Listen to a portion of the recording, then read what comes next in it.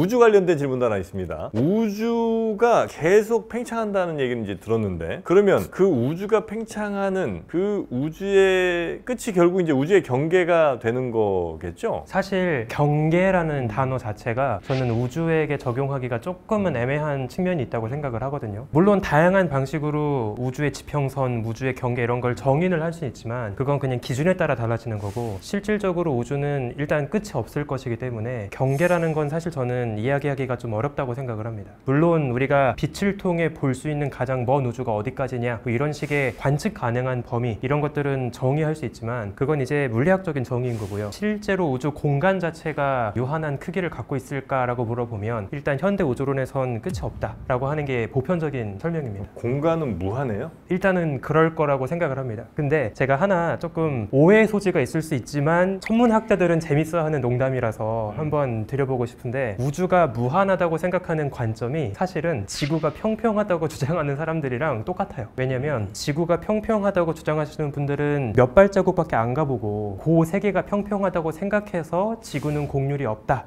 지구는 앞으로도 무한하게 평평할 거다라고 이야기하는 거잖아요. 근데 마찬가지로 천문학자들도 한 460억 광년까지 보니까 우주가 평평해 보여요. 물론 461억 광년부터 우주가 곡률이 있을지는 모르죠.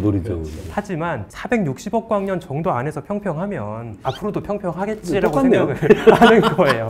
논리가 똑같네. 그래서 우주는 곡률 없이 계속 평탄할 것이기 때문에 계속 무한하게 있을 거다라고 생각을 하는 거죠. 위아래 좌우 다 상관없이. 네. 이거 댓글 나옵니다. 우주먼지님, 지구 평평설을 옹호함. 여기 굉장히 험한 곳이군요. 근데 제가 이제 과학철학 수업 시간 이제 그런 얘기가 나오면은 학생들한테 설명할 때, 이제 인문사회계 학생들한테 설명할 때 많이 얘기하는 게 끝이 없는데 팽창하고 이런 게 잘 이해가 안 될 수 있잖아요. 사실은 그 곡률 때문에 조금 문제가 있는 설명이긴 하지만 많이 학생들한테 그 어필할 수 있는 쉽게 이해가 되는 설명이 풍선 예를 드는 거예요. 풍선의 전체를 보지 말고 표면만 보는 거예요. 풍선 표면을 보면은 표면에서 돌아다니다 보면은 사실은 끝이 없죠. 거기서 앞만 돌아다녀봐도 어디서 뭐 끝나는 데가 없잖아요. 표면만 돌아. 그렇죠. 뱅뱅뱅 도니까 어디 돌잖아요. 근데 풍선에다 바람을 더 많이 불어넣으면은 풍선이 점점점 커지면 풍선 위에 있는 애의 입장에서 볼 때는 자기하고 자기 친구 사이 거리가 점점점 늘어나죠. 그게 팽창하는 거예요. 그러니까 끝이 없는데 팽창하는 거. 근데 이제 문제는 뭐냐면 이거는 2차원이거든요, 풍선은. 근데 이제 이걸 3차원으로 확대하는 거는 사실은 수학적으로만 쉽지 우리가 상상하기는 어려운데 지금 현재 우리 사는 우주가 그런 방식으로 끝은 없지만 팽창하고 있다는 건데, 더 어려워지는 게 아까 그 풍선의 얘는 곡률이 엄청 큰 거거든요. 그런데 사실은 지금 말씀하신 것처럼 우리가 보는 그 우주들은 곡률이 없는 평평한 우주인데 또 걔네들이 팽창하고 끝은 없고, 그러니까 이제 머릿속에서 잘 그려지진 않지만 원리적으로는 하여튼 그런 거라는 거죠. 우리가 만약에 우주의 되게 가장자리에 있었으면 우주의 경계도 볼 수 있었을 텐데. 아닙니다. 지금 우리가 우주의 경계에 있는 거예요. 네. 우리가? 그러니까 만약에 지금 제가 보고 있는 관측 가능한 우주 경계로 순간이동을 뿅 하면 다시 그 포인트를 중심으로 똑같은 관측 가능한 우주가 또 설정되는 거죠. 아까 그 풍선을 생각해 보세요. 파리가 경계예요, 서울이 경계예요, 뉴욕이 경계예요. 어차피 자기를 중심으로 보면 나머지는 다 자기 주위에 있잖아요. 잠시만요. 자, 풍선을 불었어요. 표면에만 별들이 있어요? 가운데도 있을 거 아니에요? 차원을 하나 줄여서 줄여서. 왜냐하면 3차원은 우리가 상상하기 어려우니까 2차원으로 비유를 한 거예요. 근데 그런 상황이 3차원에도 된다고 생각을 해보시면 그러면 경계라는 게 없죠. 어차피 다 모든 것이 다 동등해요. 우주상의 모든 정서들은. 그럼 우주의 중심이 없어요? 중심도 모든 곳이 중심이고, 모든 곳이 중심이죠. 빅뱅이 어디서 일어나냐라고 하면 6이에요. 맞아요.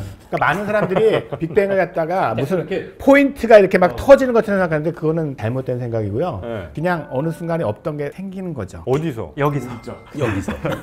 모든 게 생기고 그게 점점점 커가지고 있는. 그러니까 시각화시키기가 되게 어려운 개념이에요. 풍선의 그 비유가 사실은 설명하기가 굉장히 좋은데 사람들이 그걸 오해를 해요. 풍선의 바깥에서 자꾸 보는 거야. 풍선의 표면에서만 봐야 되는 거야. 바깥도 없고 안도 없고 표면만 생각해. 풍선의 표면에서 생각하라고요? 그것만 생각한다면 그거를 3차원으로 확장, 3차원의 그런 비슷한 상황. 와, 난 정말 이해를 못하겠다. 빅뱅이 있었어요. 태초에 확 커졌죠. 사방으로 360도로 다. 맞아요, 여기까지는? 네. 구 모양으로 커졌을 거 아니에요? 아니에요. 구 모양이라는 것 자체가 그거 자체가 아니에요. 그러니까 자꾸 어떻게 생각하시냐면 여기 포인트가 있다가 이게 쫙 커지는 걸로 생각하잖아요. 네. 그게 아니었다고. 없다가 우주가 생겨났어요. 그리고 그 우주가 계속 팽창하고 있어요. 점점 크게. 그 밖에서 보지 말고 그 안에서 봐요. 우리는 바깥에서 볼 수가 없거든요. 우주를. 우주 바깥에서 우주를 볼 수가 없으니까. 자, 팽창이란 말이 커지는 거잖아요. 그러니까. 안으로 커질 수는 없을 거 아닙니까? 그 풍선의 비유를 다시 하자면 빅뱅은 아주 조그만 풍선의 표면에 우리가 있던 걸 생각하면 돼요.